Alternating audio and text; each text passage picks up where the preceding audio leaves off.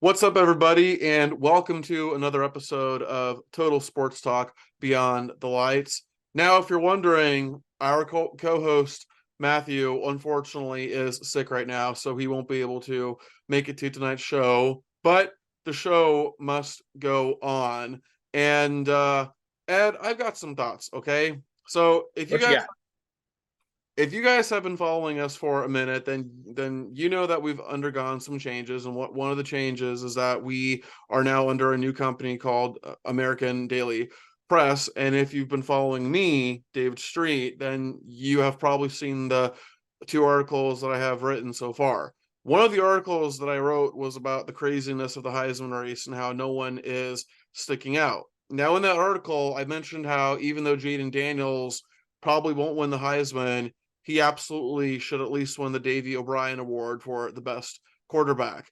And in the article, I believe I mentioned that Daniels has been the best quarterback, but he's not been so good to the point where he stands out ahead of everybody. And if I recall correctly, I was making the comparison to Lamar Jackson when Lamar Jackson won the Heisman, despite his team losing 4 games because he was that far ahead of everybody. So I said that Daniels just did not stand out that way. But that was before he became the first quarterback in FBS history to pass for 350 plus yards and run for 200 yards against, unfortunately, my Florida Gators. And so now I'm here to tell you that I think Jayden Daniels absolutely should be the Heisman favorite right now. According to Vegas Insider, he is the second favorite behind Oregon quarterback Bo Nix. The odds for Jayden Daniels is set at 450. And of course, what knocks him down, what prevents him from leading the race, is the fact that his team has 3 losses. But Ed, that is so unfair to him. Okay, like why on earth should Jayden Daniels be punished for something that's mostly out of his control? I say mostly because maybe you might argue that that he wasn't that great in the FSU game, but even so, so what? Overall, Jayden Daniels has been quite clearly the best quarterback in the country. I mentioned it in my article that he is the only quarterback in Division One to be top 5 in passing yards, passing touchdowns, and passer rating. Okay, and you want to talk about losses? Well, where would LSU be if Jayden Daniels wasn't the quarterback? I mean, this was a team that came in 5th in the country, had obvious championship aspirations, right? But now they have 3 losses, and you have to wonder where they would be without Jayden Daniels. I'm not saying they would have a losing record, but when you combine no Jayden Daniels with a trash defense, obviously they would be a lot worse than where they are right now. So is Jayden Daniels going to win the Heisman? Probably not. But honestly, at this point, how can he not be the Heisman favorite, Ed? Well, the Heisman Trophy itself, we've learned over the years, has become what is the biggest ratings boost in media when you start talking about quarterbacks. Right now, in my mind, you see Michael Penix Jr., you see Bo Nix. Those are the two front runners that I see. I don't doubt the fact that you see Jayden Daniels as a great quarterback. I see him as in that light as well. In fact, he should win the Davey O'Brien as the best quarterback, so best player at that position. But that has never been truly the measuring stick for the Heisman. The Heisman is the quote best overall player in the country. And part of that has to do with how well he carries his team through fewer victories and bigger moments. I mean, through fewer losses and still have bigger moments than what you see maybe the best quarterback in the country have. And that's where we see these other two quarterbacks, Penix and Nix. They have a combined 1 loss so far. They're putting up just as ridiculous a stat line, but LSU is not in that same running as far as conference divisional leadership, conference leadership. or the ability to even compete for the CFP. So I get where you're coming from. I just think that Penix and Nix have the inside track at this point. And that's definitely fair. So right now, Bo Nix is the odds-on favorite to win the Heisman. But do you think that Nix is going to win it, or do you think we truly won't know until the last second? I think we will know after the Pac-12 championship game. Whichever quarterback comes out of that game itself is going to be the one that wins the Heisman, and it's also going to depend on the stat line that they have in that game. Caleb Williams won the Heisman last year with having not quite as with having a fantastic stat line, but they didn't win the game. So that is a possibility coming out of that Pac-12 championship game again this year. So if Bo Nix throws for 412 yards, 4 TDs, and no interceptions like he did this past weekend, and Oregon loses, then he may still win the Heisman if Michael Penix has an average outing like he did against Arizona State. So there's a lot of ebb and flow with this, but we are seeing some separation between those two quarterbacks and the rest of the field. Now, though, as far as SEC quarterbacks go, the only one that I see that could have potential playing themselves into the Heisman race at this point, quite possibly it could be Jalen Milroe, simply because he has come on so strong over the past 6 weeks that he has elevated the national perception of Alabama, from that Texas loss to where they are now, which if you turn on pretty much any sports show out there, you're going to see Jalen Milroe and Alabama as a possibility of beating Georgia in the SEC championship game. A lot of people are looking at scenarios of what that looks like if it happens. But we have to remember, this is Georgia we're talking about. They are Georgia until they're not. Alabama's already surpassed LSU, for the SEC West. So that's part of the reason why I don't think Jayden Daniels is going to be as high up, despite the amount of ridiculous numbers that you see him playing with over the course of this season. Yeah, and what a story it would be if Bo Nix won the Heisman. I mean, the guy was a meme at Auburn, then he just, his fortunes changed completely at Oregon in the Pac-12. But Ed, speaking of the Pac-12, I understand you have some thoughts about the Pac-12 games. What do you have? Yeah, there was a lot of movement in the Pac-12 over the past weekend. And I'm going to start out with the game of the day with the Pac-12, and that was Utah, number 18 Utah, going to Washington. This was a game in which Utah really showed who they are, what they're made of. Whittingham's teams do not give up whatsoever. Maybe Washington's cornerbacks give up scoring a touchdown by dropping the ball at the 3-yard line, but that's a different topic of discussion. Overall, that game was very physical. It's not quite a style of play that Washington is used to playing, which most of the Pac-12 doesn't play as physical a game as what Utah does.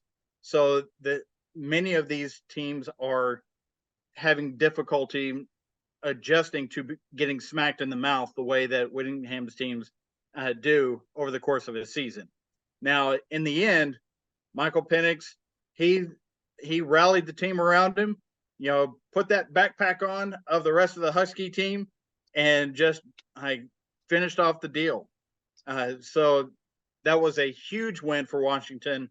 Now they get another huge test this upcoming week going into Oregon State, which I'll talk about them in just 1 second. Now, the second team in the Pac-12, I had USC, the defending Heisman champion Caleb Williams, coming into Autzen Stadium. It was almost 60,000 in a 50,000 seat stadium. That was a packed house. In the end, the Trojans are eliminated from the Pac-12 championship game by a loss of 36-27.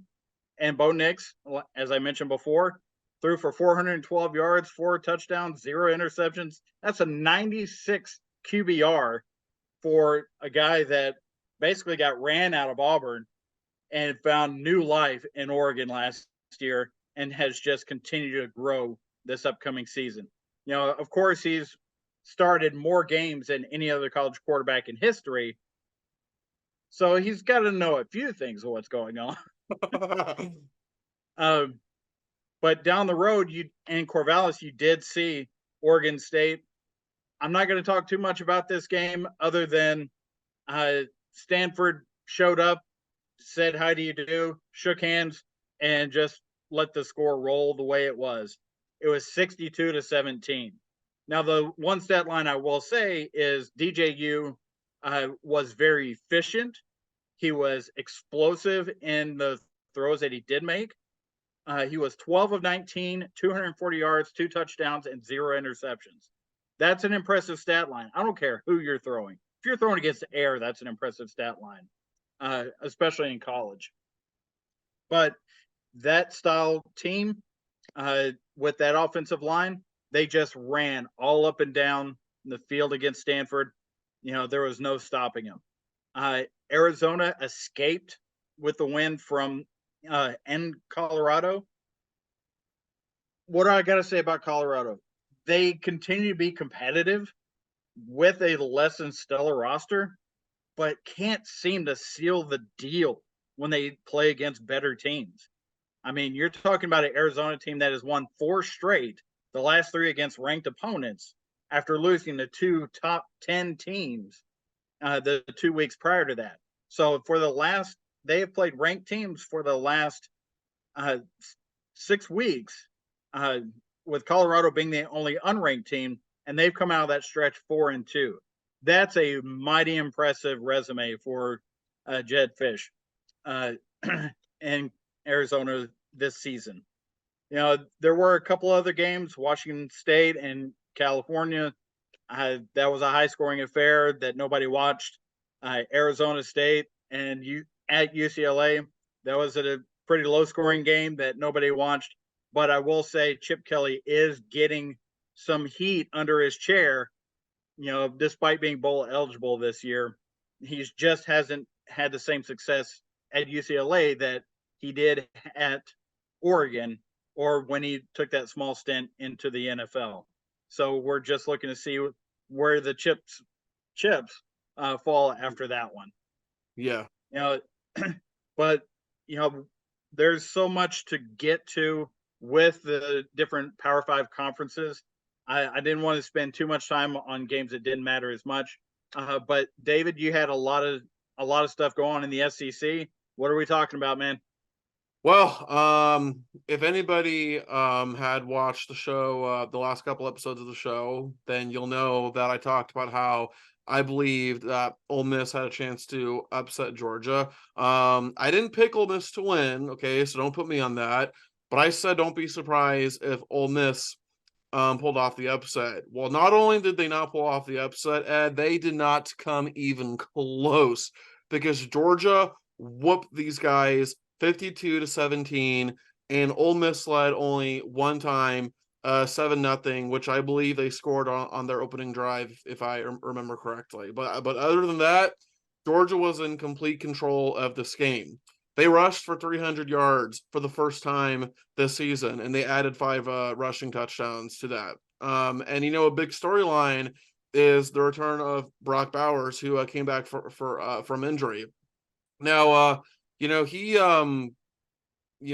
his usage wasn't very high. I mean, he only had 3 receptions, but he certainly made the most of it with his touchdown catch in the fourth quarter. And I tell you what, it feels like every year with Ole Miss, just when everybody starts to believe in them, they start to fall apart. And like it's the same old song and dance with Ole Miss every single year.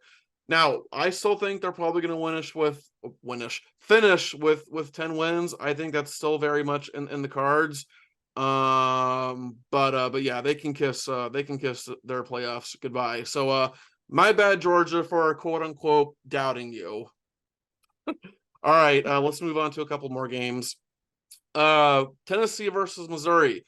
Tennessee suffers its worst defeat of the season. They lost 36-7 to the Tigers. I don't have a lot to say about this game, but I do have quite a bit to say about Missouri's star running back, Cody Schrader, because he had a game for the ages when he became the first player in SEC history to have 200 plus rushing yards and 100 plus receiving yards. And in his last 3 games, he is going off. He is averaging 159 rushing yards and has 4 rushing touchdowns to add to that. Overall, he leads the SEC with 1,124 rushing yards, and he's also the only running back in that conference with at least 1,000 rushing yards, and he's tied for third with 11 rushing touchdowns. And then just real quick, I'll go over LSU Florida real quick. I mentioned LSU before. I mentioned Jayden Daniels being the first player in FBS history with 350 passing yards and 200 plus rushing yards in a game. So I think LSU will still have a decent season. I think they'll still win 9 to 10 games. But Florida, man, we need to get our act together because we're in legitimate danger of ending the season 5-7, especially because I think what were we? I think we were 5-2 at one point. I think after we won that shootout against South Carolina at South Carolina, I think we were 5-2, and many of us Gator fans were riding high. But well, now there's a legit chance that we could actually end the season losing 5 straight games. We're going to Missouri next. What's our record now? We're 5-5. Okay, so we're at Missouri next, and then we're playing Florida State at home. I don't think we have a shot against Missouri, especially being at Missouri. Missouri's got some they got some weapons, man, and regardless of whether Missouri wins or loses, I don't think we have anybody on our defense with a prayer of stopping Cody Schrader. I think that dude's going to go off against us, and why wouldn't he? I mean, we've already seen some of the best players in the league go off against us. I mean, Ray Davis of Kentucky went off against us. Jayden Daniels obviously went off against us, and well, Cody Schrader is probably going to go off against us too. So I don't think we're going to beat Missouri. Florida State should be interesting because that is a home game for us. But yeah, there is a legit chance that we'll end the season at 5-7, which will be a massive disappointment. But I think we have to look at the big picture here. Because if we had listened to Billy Napier all along, he told us that things would be rough for the first couple of years or so. Now, that doesn't mean that we have to just be all happy-go-lucky about everything because, obviously, when you're in your second season as a head coach at a major program like UF, and there's a legit chance that your first 2 seasons are losing seasons, then it doesn't mean that you're going to get fired, but it does mean that you need to make changes or else you will be on your way out. Now, from my understanding, and don't quote me on this, but I believe that Napier will hire a play caller. That is my understanding. I think I read that somewhere. Again, I don't know that for sure. So if you're watching the show, I'm not claiming anything. I'm just telling you what I've been hearing.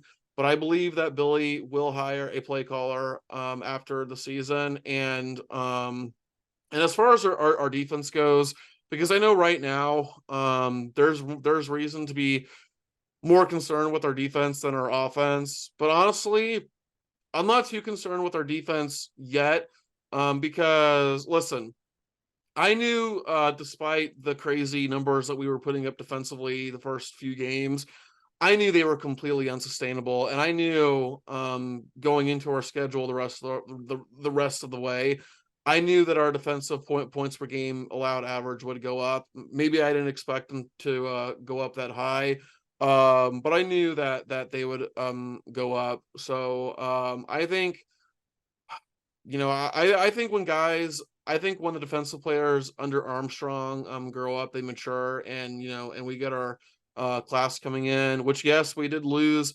a couple of key pieces, which sucks, but unfortunately, that's the nature of the beast of recruiting. You're not going to hold on to everybody. But overall, if we can still come in with the top 5 class, and we get our talented defensive players in, I think our defense will perform better under Austin Armstrong. But yeah, overall, man, this has not been a fun season for us. At least the way that things are ending right now. Ed, do you have any very very quick thoughts on either of the games that I mentioned before we move on? Well, I think since you started talking, Schrader had 5 rushes for 43 yards and 2 touchdowns. So there's that. But overall, I mean, that's a very in-depth analysis for Florida when uh, they still have a huge game coming up here in 2 weeks. So we'll see what happens there, and we'll be rooting for you, man. I appreciate that, Ed. Thank you. Um, so how about the Big 12, man? I mean, you're a Big 12 guy. Your team isn't in the Big 12. What do you got there? Well, in the Big 12, there were a couple of things that happened over the weekend that just kind of created a little bit of chaos, and we'll get a little further into it here in a little bit. But just recapping the games real quick, Texas once again struggled in the second half.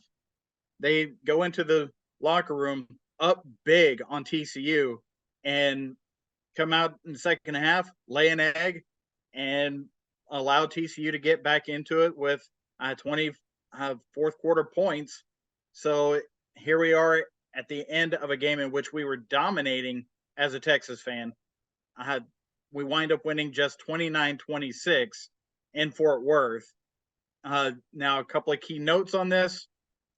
Jonathan Brooks, our star tailback that has been in the top 10 in rushing yards for most of this season.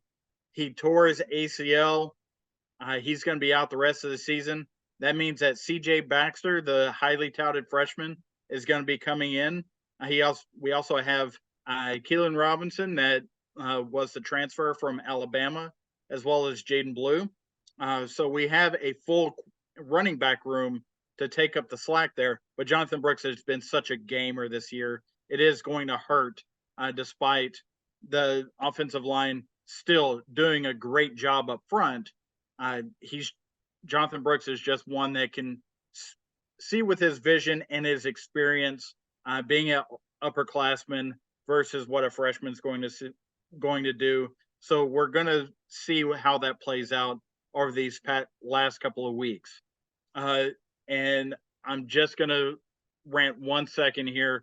Coach Sark, again, with the aggressive play calling, continue to go for it on 4th down when you can kick a field goal and get some points on the board. To me, if you don't kick the field goal and the other team goes down and scores a touchdown, that's a 10-point swing. That's a 10-point swing on kids that are 18 to 22 years old, getting momentum for stopping you going one way and then taking that momentum and going and scoring in the other. In the end, it has not bit us so hard where we've got multiple losses this season. We still only have the 1 loss, but even that could have been mitigated a little bit if we had just taken some points here and there in the Red River Shootout. But for this game, in the first half, Sark went for it and didn't kick a field goal and then gave up points later. Those things start to snowball, and eventually I know he's trying to get confidence for his team and to put away a team early, but if you don't, you're going to put yourself away in the end. There's just no reason for it, in my opinion. Just take the points, move on, and then continue to suffocate your opponent, very much like Michigan does. And I'm sure you're going to get on that here in a minute. Oklahoma State, wow, what an egg that was laid.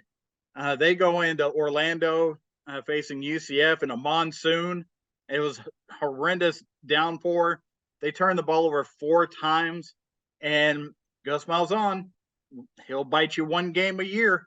There'll be 1 game in which he has no business winning, and he will win that game. They won this in exuberant fashion, 45-3 over Oklahoma State. This has created the chaos that I'm going to get to here in just a bit. Kansas and Texas Tech. Texas Tech goes into Lawrence, and for 3.5 quarters, you had Cole Ballard, a freshman from Westfield, Indiana, leading a furious comeback in the fourth quarter for Kansas to tie the game against Texas Tech, but Texas Tech does come out with that game. Oklahoma, 59-20 against West Virginia in Norman. Jetfish just their offensive coordinator just took it out on everybody in the one game because he's been hearing backlash after backlash of not scoring enough points for the past 3 weeks, including the loss against Oklahoma State. And he just took it out on West Virginia, top to bottom. And the last ranked matchup that we had in the Big 12 was Baylor going to Kansas State. Kansas State looks complete, composed, solid. They will squeeze you down and just dominate you if you let them. They play the most consistent, despite the loss that they had at Texas last week. They have been playing the most identity-filled game for the past month and a half. They very much take on the attitude of Coach Kleinman.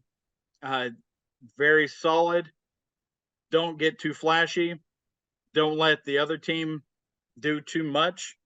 Just do what you're going to do.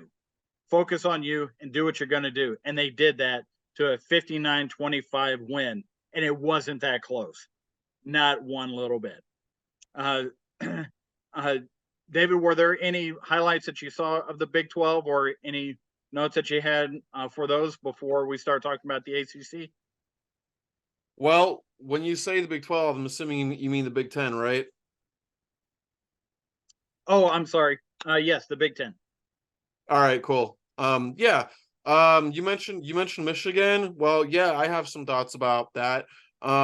Obviously we all know that Jim Harbaugh is suspended for the rest of the regular season. And I think that had some effect on Michigan when they had their first struggle win, that's in air quotes.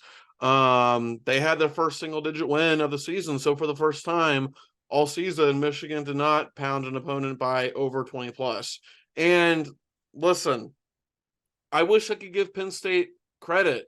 More importantly, I wish I could give Penn State's defense credit because they, again, with the air quotes, only held Michigan to 287 yards. But Ed, don't be fooled by that because the truth is Michigan was in complete control from start to finish, okay? JJ McCarthy only attempted 8 passes, but he completed seven of them for, I believe it was 60 yards, if I remember correctly. But Michigan, not one in the second half. What was that? Not one in the second half. Wow. Okay, I did not know that. That's so crazy it was. So Ed, this was obviously a designed win, all right? Because obviously Michigan had no intention of throwing the ball at all, especially in the second half, like you said, and like I had just learned. So Michigan completely owned Penn State in the ground game with 227 rushing yards and 3 touchdowns. So no Jim Harbaugh, no problem. And I don't think it's going to be a problem at all. I think that Michigan is going to roll through the regular season 12-0, even against Ohio State. Maybe that game against Ohio State will be close. But as I said before, man, I think Michigan is going to rally around Jim Harbaugh. I think they're going to rally around this black cloud that's been hanging over them, and I think they have a lot to prove to everybody. And then just let's talk about Penn State real quick, Ed, because it feels like that they are fool's gold, right? Because every now and then they'll have a great season, but the truth is that there's more than meets the eye when it comes to Penn State. And under the leadership of James Franklin, they are 3-17 against top 10 teams. Again, that is 3-17 against top 10 teams under James Franklin. Okay, that is just absolutely pathetic, especially at a school like Penn State where they usually always have title aspirations. Now, if this was at a school like, I don't know, Minnesota or Purdue, that record wouldn't matter as much because those schools don't have high expectations like Penn State does, right? But at some point, man, it doesn't matter how the coach does overall. Even if you, and yes, overall James Franklin is doing well at Penn State, but that 3-17 mark against top 10 teams is just so bad. And at some point, that has to matter, especially if you have title aspirations. And then just I'll go over Ohio State, Michigan State real quick. Ohio State is the number one team in the country per the playoff rankings. They cruised to a 38-3 victory. Kyle McCord, Marvin Harrison Jr. both had very strong games. McCord had 335 passing yards, 3 touchdowns, no turnovers. Harrison had 149 receiving yards, 2 touchdowns on 21 yards per reception. So he went off there. And then I think Ohio State will win out until the Michigan game. And as I said before, I think Michigan will win that game. And I think Ohio State will end the regular season at 11-1. And then Michigan State, man, they just have to write it out, man. They're not going anywhere. They're dealing with a lot right now, obviously, with what happened with their now former head coach in that scandal. So they just have to ride the season out, Ed.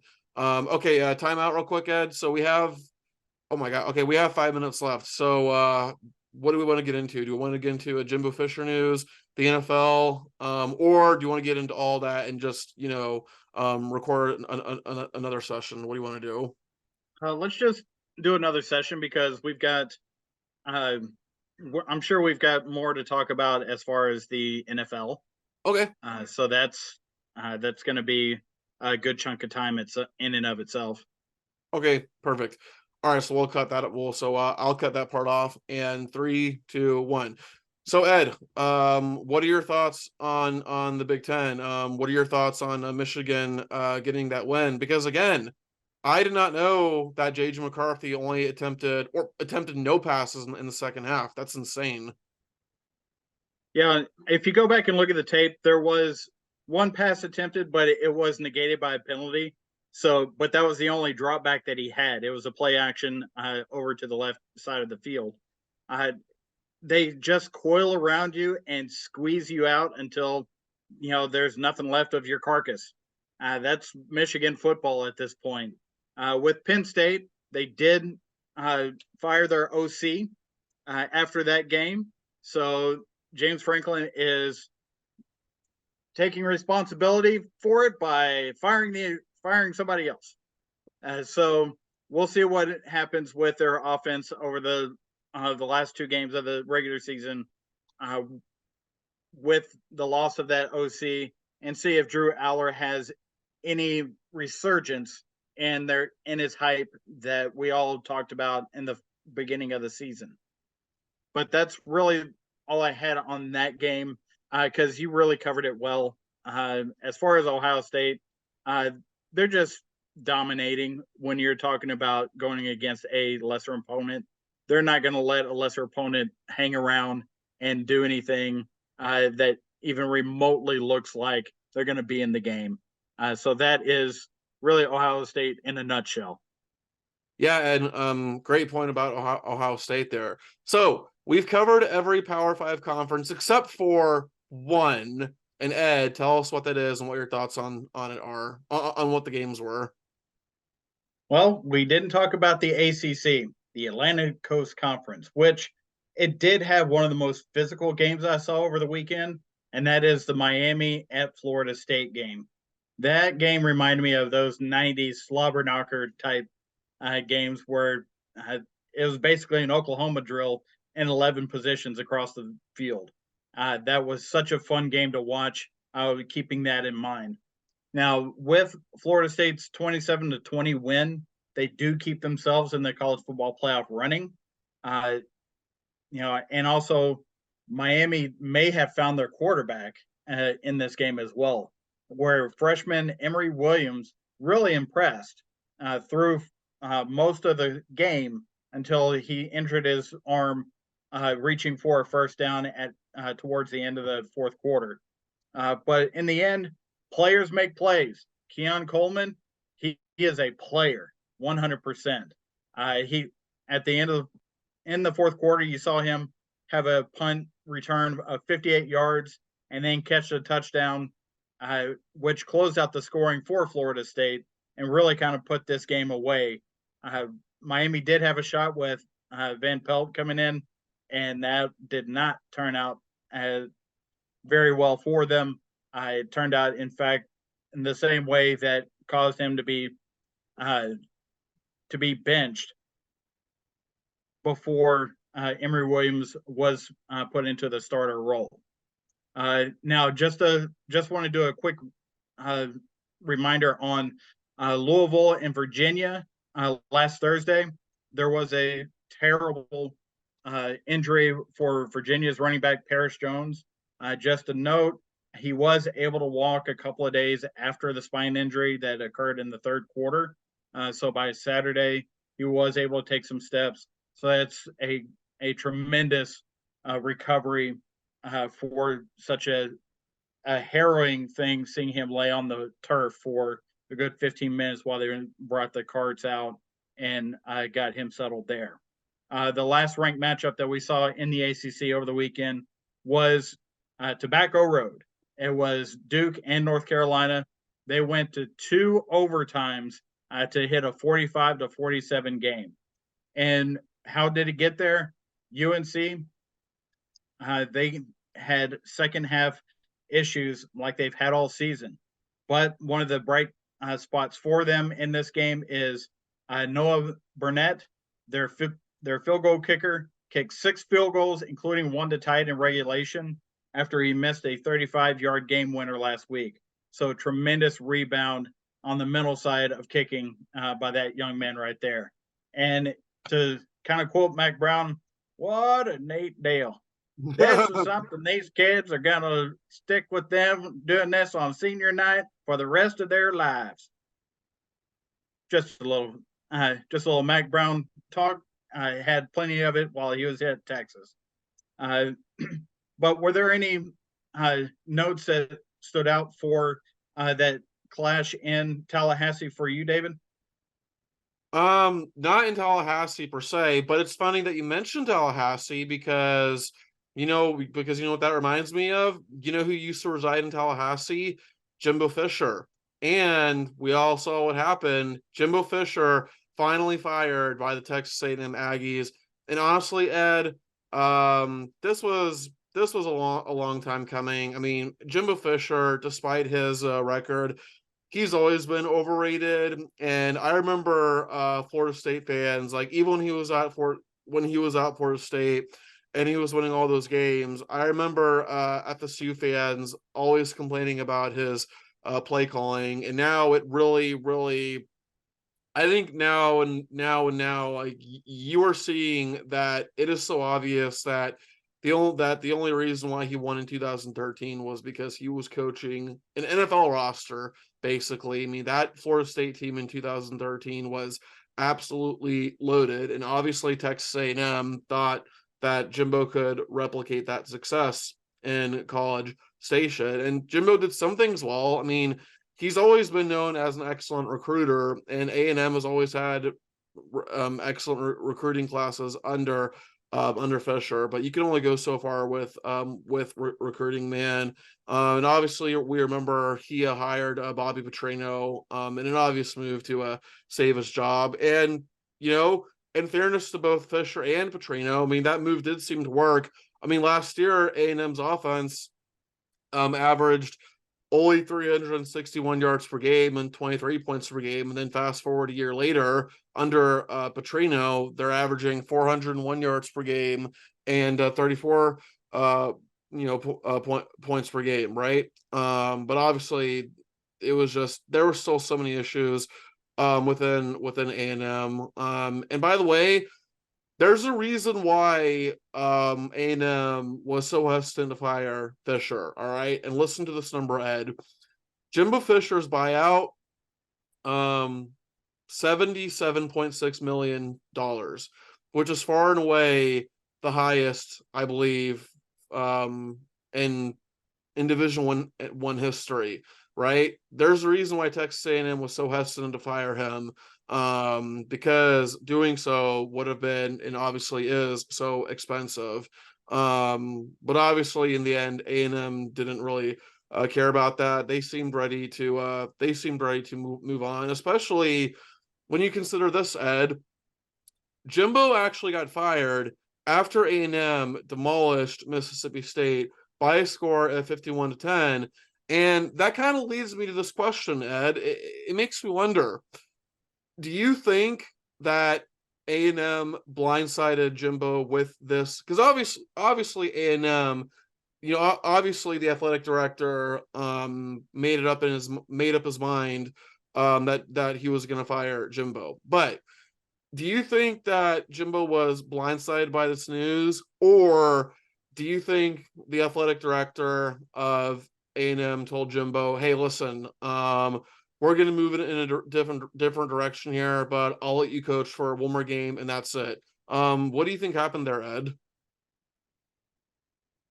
Honestly, I think Jimbo Fisher knew that he was going to be gone at the end of this season. I don't think that he was going to be fired mid-season.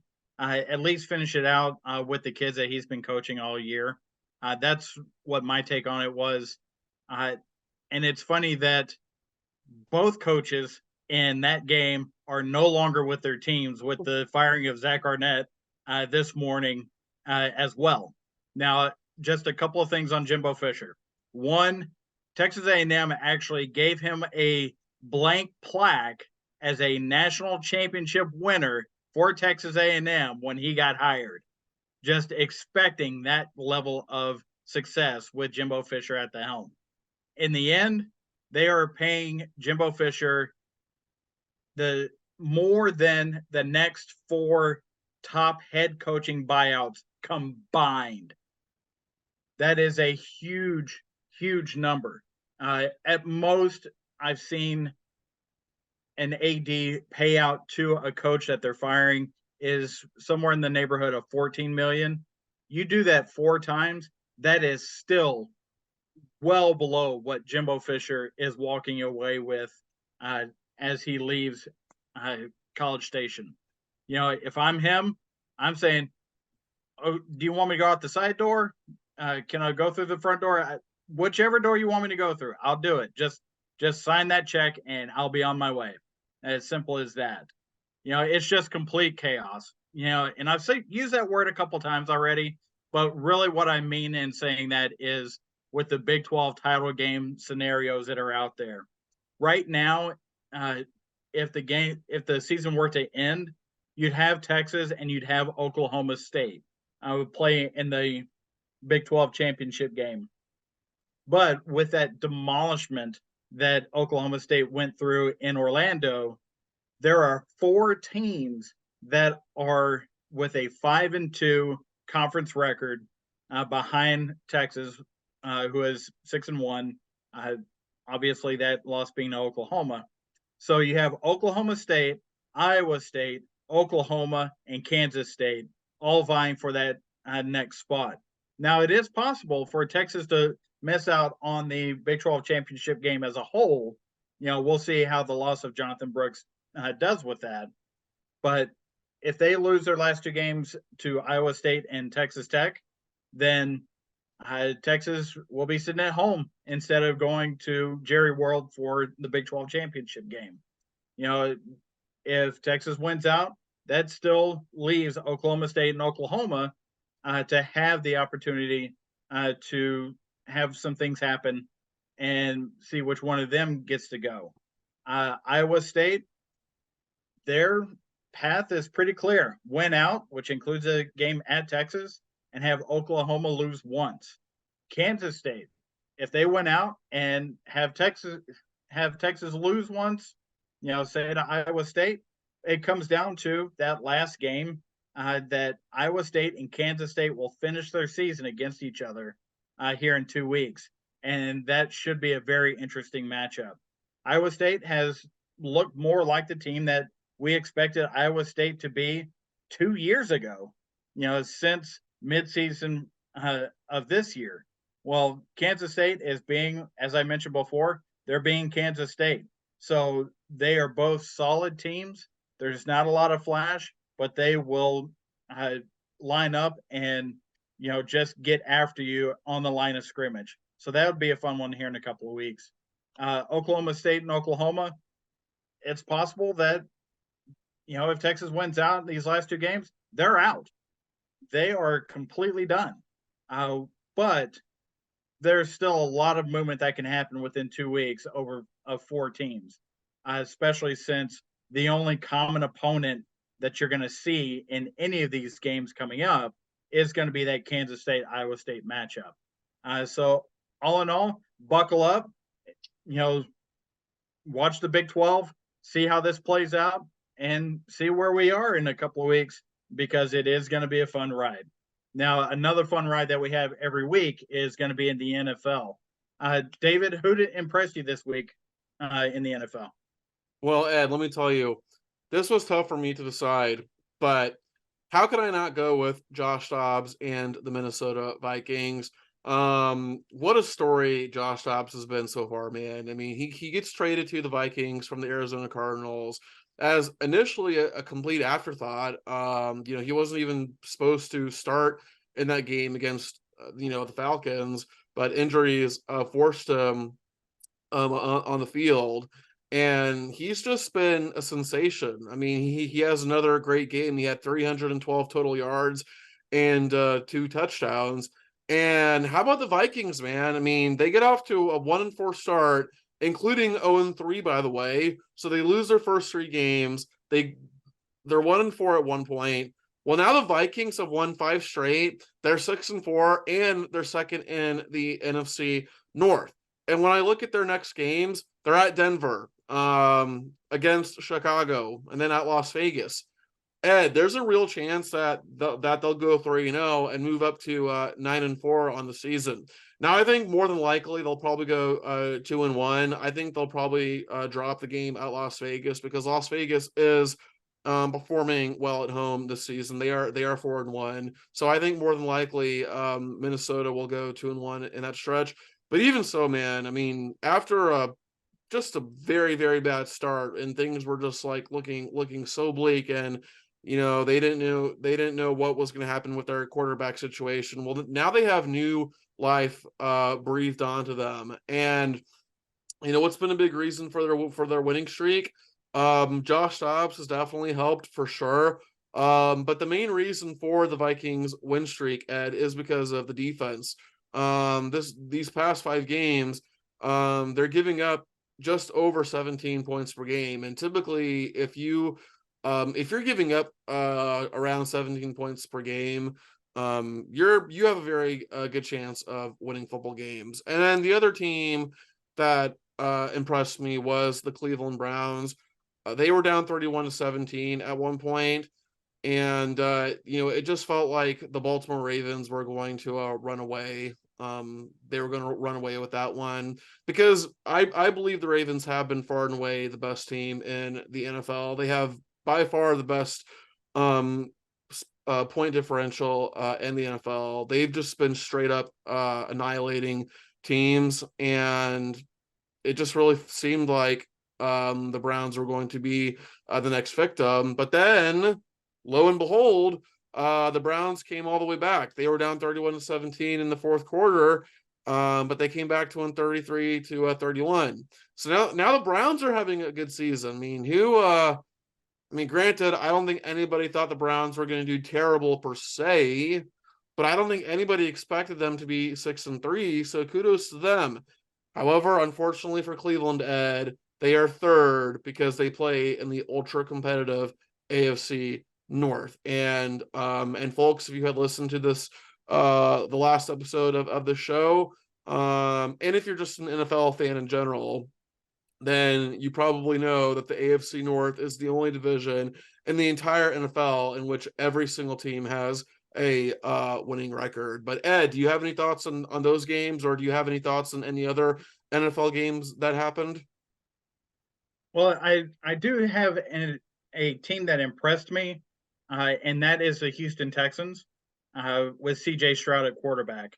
He has just been phenomenal the past 2 weeks. Coming back in the fourth quarter, he has really taken the reins at being a leader on that team. And has led to victories the last 2 weeks. Yesterday to Cincinnati in the jungle after Cincinnati had really gotten momentum back and gotten the lead back. He was able to drive the team down and get the game-winning field goal as time expired. So very impressed with that. But you know who didn't impress me at all?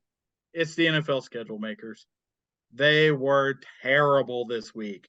Their highlighted national games, just running through them. Carolina at Chicago on Thursday Night Football. You if you didn't watch this absolute barn burner of a game, you missed 11 punts and a missed 59-yard field goal. Woohoo! I'm so excited for that one. If you didn't wake up ultra early and see the Indianapolis at New England and Frankfurt Germany game, 10-6. Is this like middle school football going on here? I don't understand this.